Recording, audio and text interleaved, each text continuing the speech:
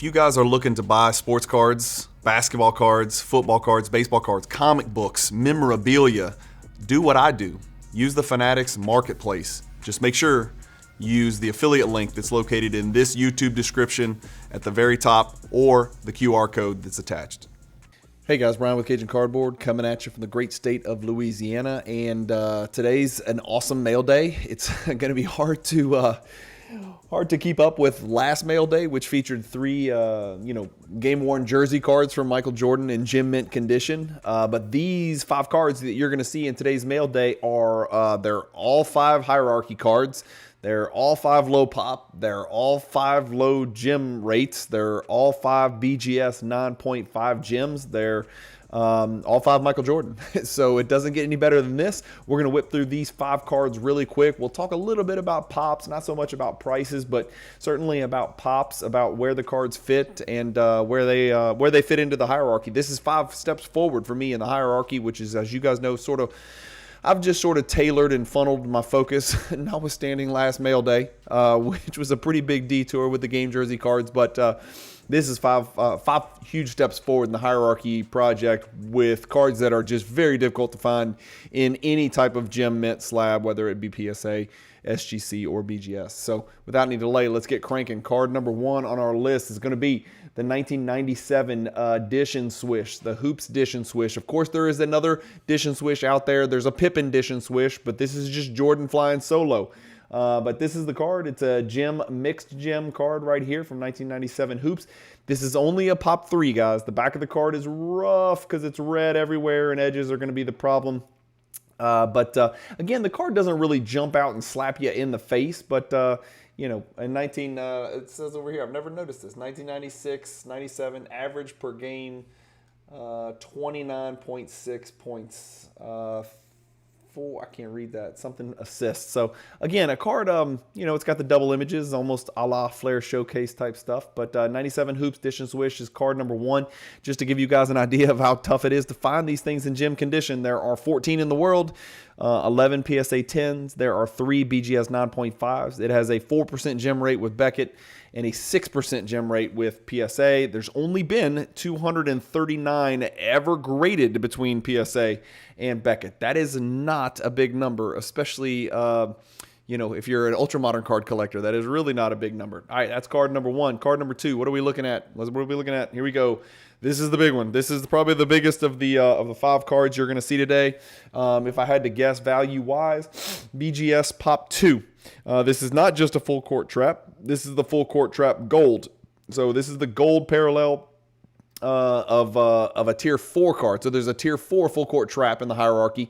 This is the tier 3 full court trap gold parallel, which makes the card much, much tougher to land. And I'll show you what I mean by that. Again, this is a card that's very visually appealing because Jordan's in his black and red pinstripes, and he's got the goatee and the bald, and he's just killing it, right? On the back, it almost got that Scarface feel to it, where they're talking about his defense. He's regarded as one of the best perimeter defenders in the league and probably in the entire world. So this 9.5 is also a mixed gem, but it's got 2 10 subgrades. I don't know if this thing's going to cross over because there is a little bit of edge wear at the top that you guys can kind of see up there. That might have happened since it's been in the slab. I don't know, but that's why the edges got a 9, obviously. That's probably enough to keep it from getting a PSA 10, so an unlikely cross candidate right here. But just looking at the Card Ladder Pop Report, again, I am an affiliate partner with Card Ladder. Now is a good time to remind you, you guys need to check it out. You guys need to go ahead and I'm getting messages like, how much do you think this card's worth? And I can find it in 3 seconds on Card Ladder, and I have to politely decline to be the person that comps cards for people because, I'm getting 100 messages a day about cards.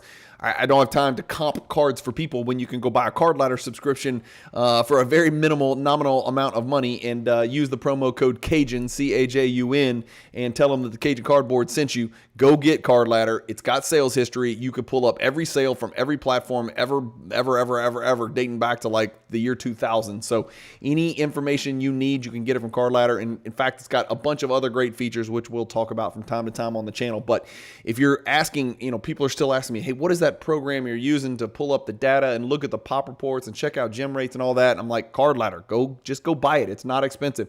Go sign up for an annual subscription. I don't even see it. It just hits my account. I got it from one year after another. Easy peasy, chicken, whatever. All right, so getting back to it, 143 ever graded of the parallel, right? The gold parallel, 3.5% combined gem rate. There's 2 9.5s and 3 10s.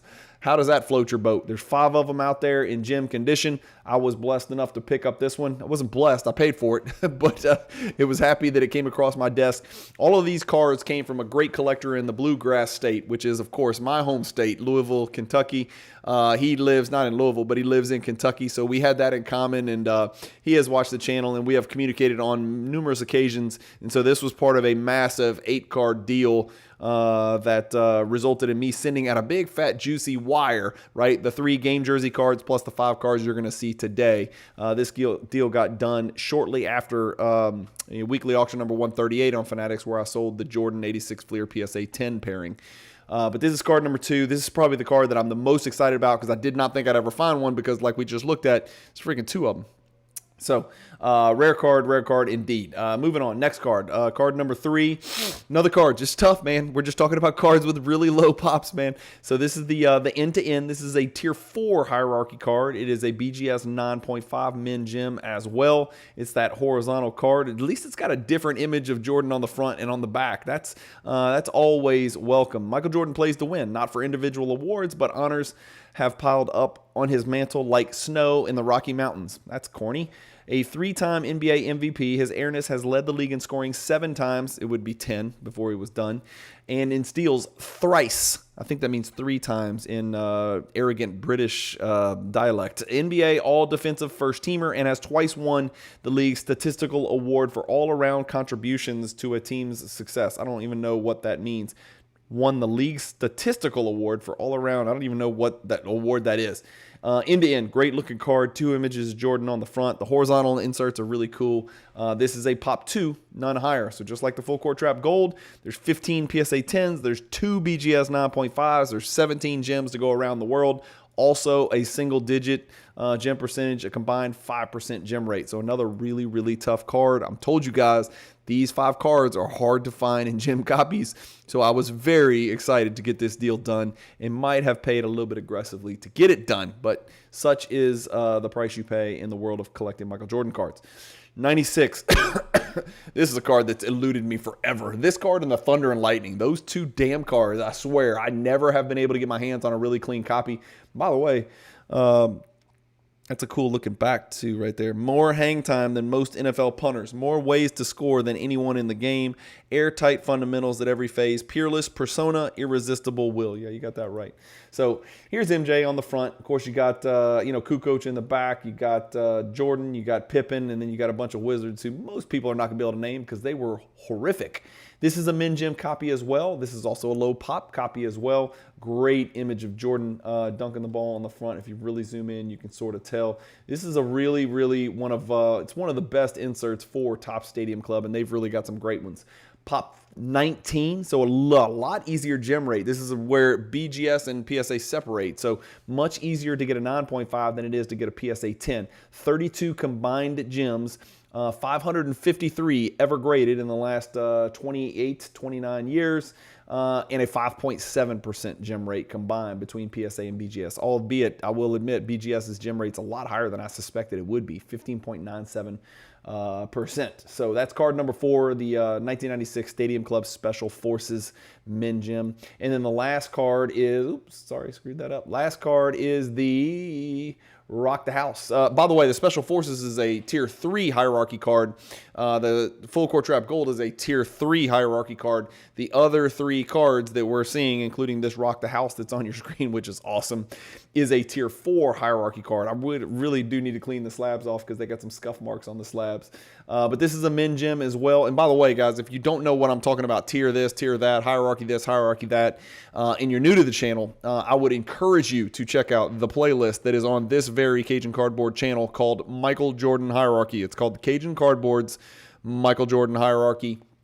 It was an effort by yours truly a year or so ago to try to bring some, restore some order to the Michael Jordan world as far as it pertains to inserts and parallels. It's not all the Michael Jordan cards in the world, but if you're interested in collecting Michael Jordan cards from the 90s, I highly suggest you check out that playlist and go ahead and purchase a poster. There are still posters available, over 500 posters. I know it's like it really is starting to matter. 500 posters have been shipped out from Baton Rouge, Louisiana, yours truly, to hobby Jordan collectors all over the world. And you don't even really need to be a Jordan collector. This is a cool deal to hang on your wall, in your man cave, at your house, at your office, if you kind of run your own ship, you know. It's got the biggest pack odds list in the world on the back, and it's got over 350 cards on the front, separated into tiers with visual images of every single card that you want to see. It's really badass. And so this is one of the cards that will appear in tier 4, the biggest tier of that Michael Jordan hierarchy. If you want more details on how to order a poster, it's in the YouTube description to this video. Just follow the directions. It's real simple. Find me on Instagram if you got any questions. 97, 98 hoops. This is the Rock the House. It's another men gym, and it's a just an awesome image of Jordan up close. I mean, how diabolical and intense is that guy right there after that two-handed dunk? The back of the card, there are players who generate fan excitement. Then there's Michael. I feel like there should be a comma there. He generates excitement, period. That's weird. No qualifiers needed. He's on that rare level where he can get non-fans glued to the tube for a couple of hours every time the Bulls are on and fill opposing, in italics, stadiums. I don't know. There's something weird about that. The grammar sometimes on these leaves much to be desired. It is very questionable. But another card, another pickup. So again, going back to the list, guys, let's pull it all together. 5 cards, Dish and Swish, Low Pop Gem, Ultra Full Court Trap Gold, Low Pop Gem Tier 3, End to End Low Pop Gem Tier 4, Special Forces Low Pop Gem Tier 3, Rock the House Low Pop Gem Tier 4. Let me know what you think. How do you feel about these pickups? Were they good decisions? You know, what do you think about that 9.5 min gem grade? I really think that's sort of the sweet spot right now with the PSA 10 premium that's out there. It's just gotten untenable, unmanageable, and illogical and unsustainable. And so for that reason, I've sort of dropped back, and you'll notice I'm picking up some really big cards in low grades, rare tier 1, tier 2 stuff in lower grades, or you know, for cards just like these, tier 3 and tier 4, you know I'm a grade snob, right? I'm a gem snob is what I should call myself. I like the idea of picking them up in BGS 9.5 and even PSA 9 right now. I think it is the best bang for your buck. Not with, you know, obviously PSA 8s, PSA 7s, BGS 8, 8.5s. Those are all still great raw cards. It all works. We all do it differently, but you guys know me, and you know I've got this gene where I'm a snob about the gems.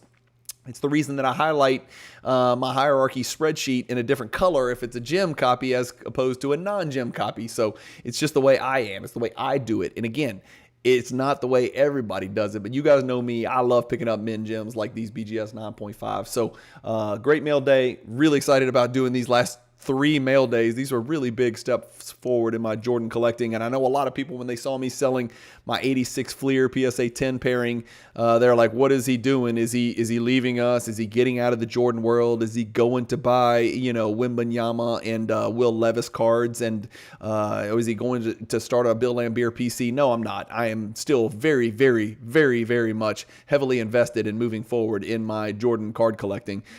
It was not a step backwards to sell those 86 Fleer PSA 10s. It was a step sideways to reallocate the money into these 8 cards, really 9 cards if you count the 1998 PMG, which I am, you know, obviously very proud of and really excited to put to bed.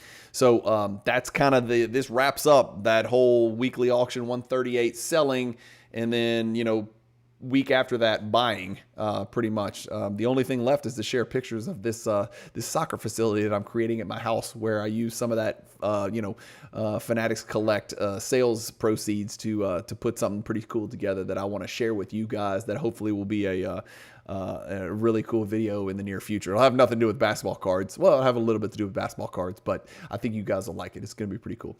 Thank you guys for watching. Keep collecting. Stay positive in the hobby. And peace.